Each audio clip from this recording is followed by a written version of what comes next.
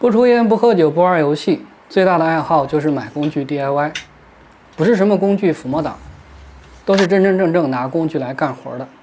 已经自己亲手装修了一套房，前段时间还把老丈人乡下院子的电路全部翻新了下，所以给大家推荐的都是真正使用后好用的东西，让你 DIY 时更方便和更安全。第一个推荐的就是磁吸劈头，劈头就是螺丝头的意思。虽然有的劈头有磁吸或者可以加磁，但吸力都很一般，非常鸡肋，用力按压时很容易歪倒戳到手，拆的时候螺丝还容易掉地上，特别是当你左手要扶着东西时就特别不方便。如果劈头能牢牢吸住螺丝的话就非常方便了，无论是安装还是拆都非常省事儿。用来用去这种有磁圈的最好用，吸附后非常牢固，稍微用点力敲都敲不掉，所以单手装时即使按着装也不担心受伤。要选磁圈和劈头一套的这种，劈头插入螺丝凹槽时，磁圈这里刚好能吸住螺丝帽，所以它的吸力才这么强。单买磁圈那种不一定完美匹配你的劈头，现在用习惯后已经完全离不开它了。相信你家里一定有这么一堆扳手，每次用的时候都找半天，放那里还占地方，拧的时候把手太短也不好发力。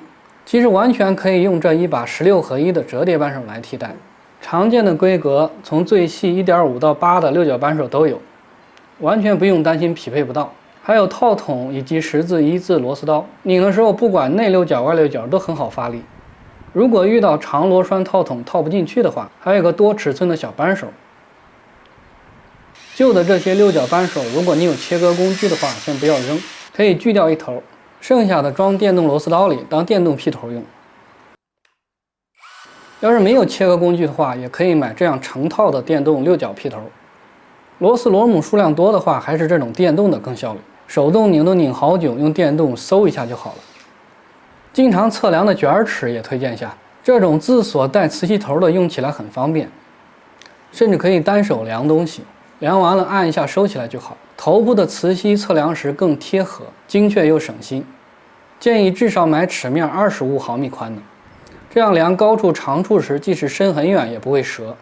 超长超宽或者异形的长度更推荐激光测距仪，它精度高，测得还远。它是从尾部这里算起点的，按一下出激光标记，再按一下显示测量结果。量特别高不好下尺的地方很省事儿，测量结果也是直线。新房测量尺寸时能省去你很多时间。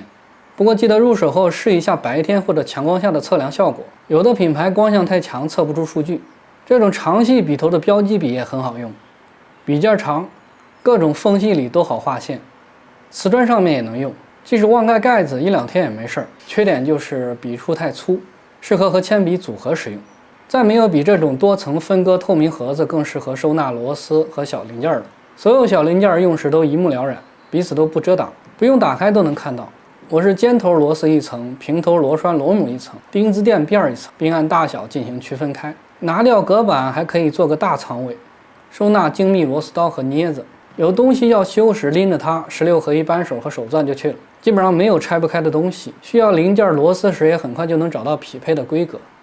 挂画做置物架时离不开水平尺，有了它你一个人也能调水平。买东西会送这种简易气泡式的，气泡在中间就是水平，简单测下水平还是没问题的。稍微好点的体积大一些，里面是多个气泡的水平尺，能额外测90度和45度，下面还带磁吸。不过我嫌这种测量速度太慢，不够精确，换成了激光数显的，四面都有磁吸，实际角度是多少显示的都很清楚，能很精确地测出锯片垂不垂直。两侧还有激光，可以偶尔客串一下激光水平仪，画出水平线和垂直线，这都是很好用的功能。如果要更换尖嘴钳，建议换成这种带回弹弹簧的，连续操作时有回弹恢复起始，这种非常省力和效率。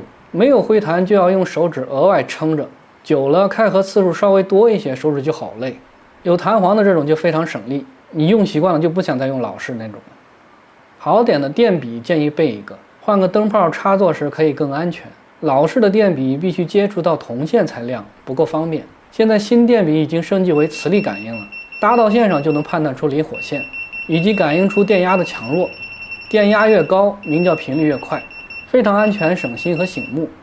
用来检测线路问题非常效率。比如接线处前面有电，后面没电，那必然是接线这里的问题。如果火线前后都没问题，但后面的灯不亮，那大概率是零线有问题等等。还能测出实际的电压，辅助你判断线路问题。即使是新手，有它也是利器。最后是必不可少的防护用具，手套真心建议备一个，忘记带它，我手受太多伤了。有手套就可以保护手不被尖锐物刺伤或者扎手里刺。更重要的是，这个涂层比你皮肤摩擦力大得多，抓拿东西是不划手不费力，拆螺丝时带着它辅助也不用担心伤到手。选能触屏操作手机的，可以接个电话看一下信息。护目镜更是要戴，可以防止颗粒液体飞溅到眼睛。打孔或者使用工具时都要带好它。OK， 今天的内容就到这里，回头再分享些从老师傅那里学来的实用技巧。我们下期再见。